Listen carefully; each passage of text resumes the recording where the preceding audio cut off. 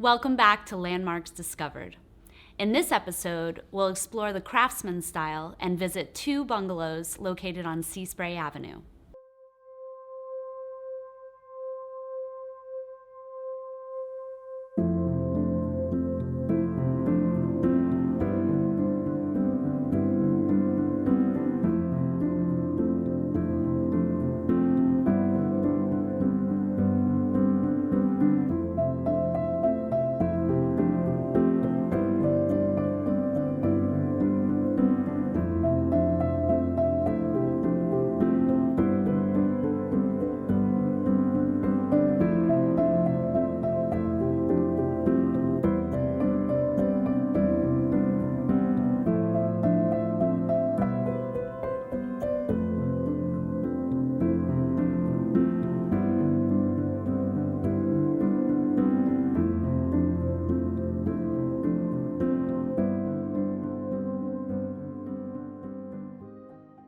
So this is the first time we're visiting two houses, and what's really interesting about the bungalow style is it's not unique to Palm Beach. This is really one of the first styles that we're exploring that you can see all throughout the United States. Many people, when they think of Palm Beach, they associate it with the grand estates and the Mediterranean revival style. But really, what makes Palm Beach so exceptional is the incredible diversity of the architecture. And buildings like these Craftsman bungalow style homes, they help tell the story of how the community developed and are just as important and essential to the history of the area as the grand estates. And the style of the bungalows really add to the charm of the street. And one of the bungalows featured today actually won our Polly Earl Award. One of the reasons why 322 Seaspray was such a great choice for the Polly Earl Award is that it really illustrates how flexible the Landmarks program is. Here you have a house that is a traditional Craftsman style on the exterior, but on the interior, it's been completely modernized with an open floor plan and really has all of the features that you would want for modern day living. And we've really had a great opportunity to not only delve into the origins of the Craftsman style, but also talk about its prevalence on the island and how it contributes to what really can only be described as the charm of Palm Beach. When we really think of a landmark, we think that it needs to have an architect of record, but we can see in these bungalows that great architecture can come from a builder as well. Exactly. We have to remember at the time that a lot of these bungalows were being constructed in the teens, there were very few architects working in the area. And so it was much more common to have a builder, a master builder, design your home rather than a named architect. And these buildings were obviously built incredibly well and cherished by their owners because they are still standing 100 years later. Correct. The fact that these buildings are still standing today is a testament to the quality of their construction.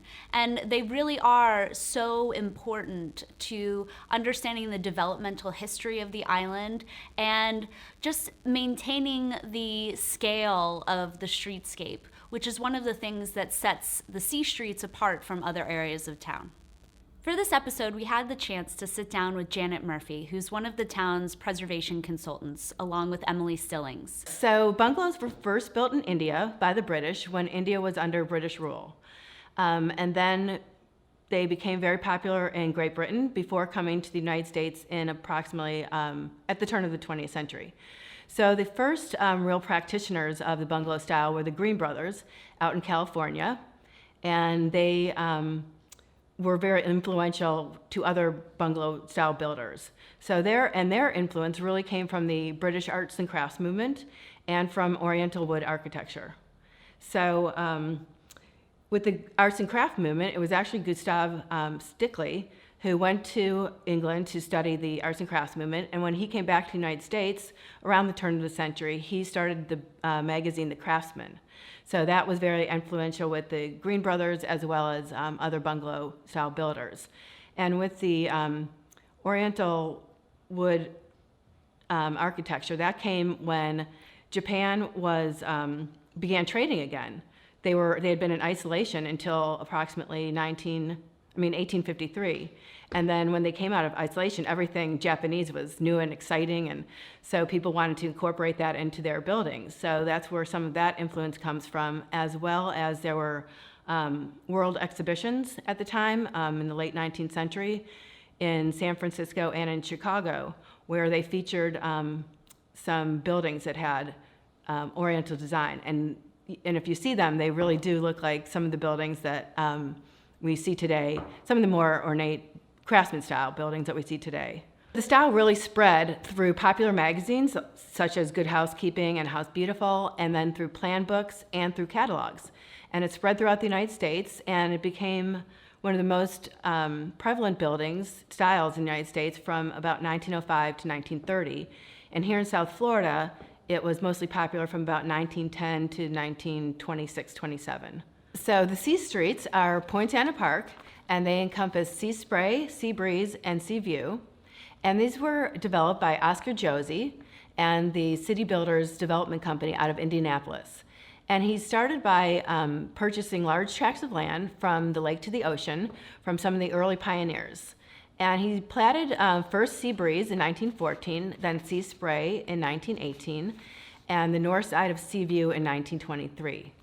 And it was interesting because it was really a shift from staying in a hotel or building a big mansion. So it was really for upper middle class people, and he was trying to attract families in particular. And there were several ways that you could buy a house in Poinciana Park. One way was to buy a lot from city builders and hire your own builder. The other way was to buy a spec house. So city builders were building many houses, and then you could buy a house that they already had, or you could lease a house, and that was actually very popular. Just to see if you liked Palm Beach, if you wanted to spend a season here and then maybe come back the next year and buy a house. And it became very popular.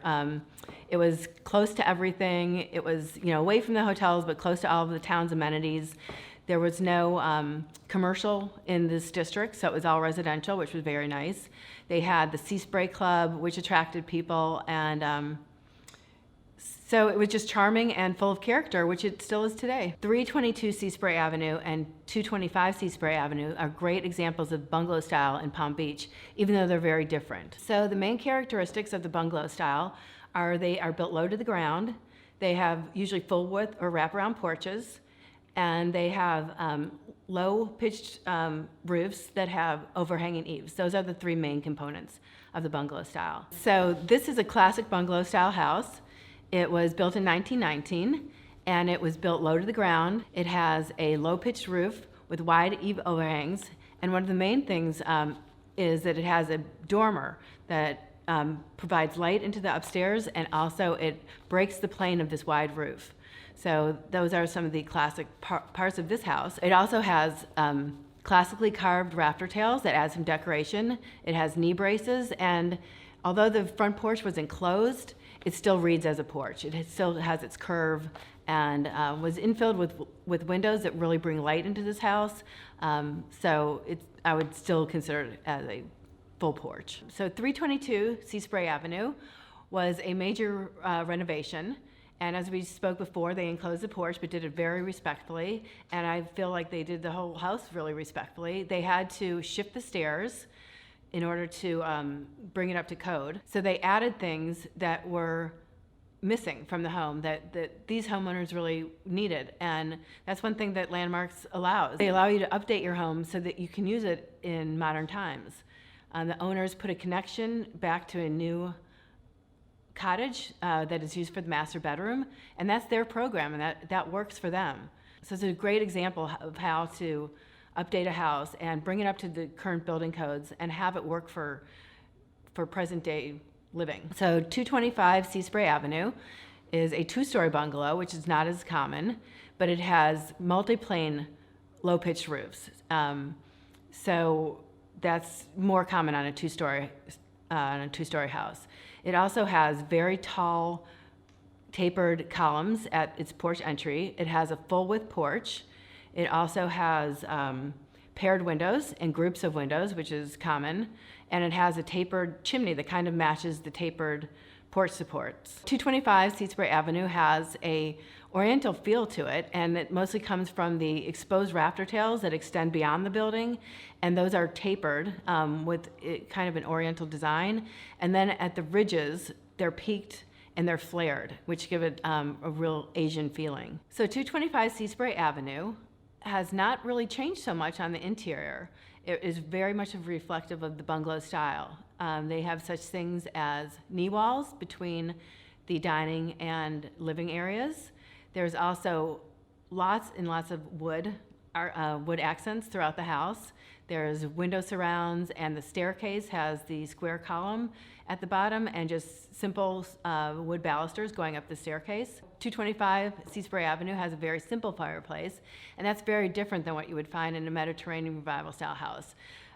Mediterranean Revival style houses have much more ornament around the fireplace, and they have lots of metalwork and decorative tiles and things like that that you just don't find in bungalow houses. So I think these properties are a great reflection of the landmark process and what Landmark Preservation Commission allows people to do.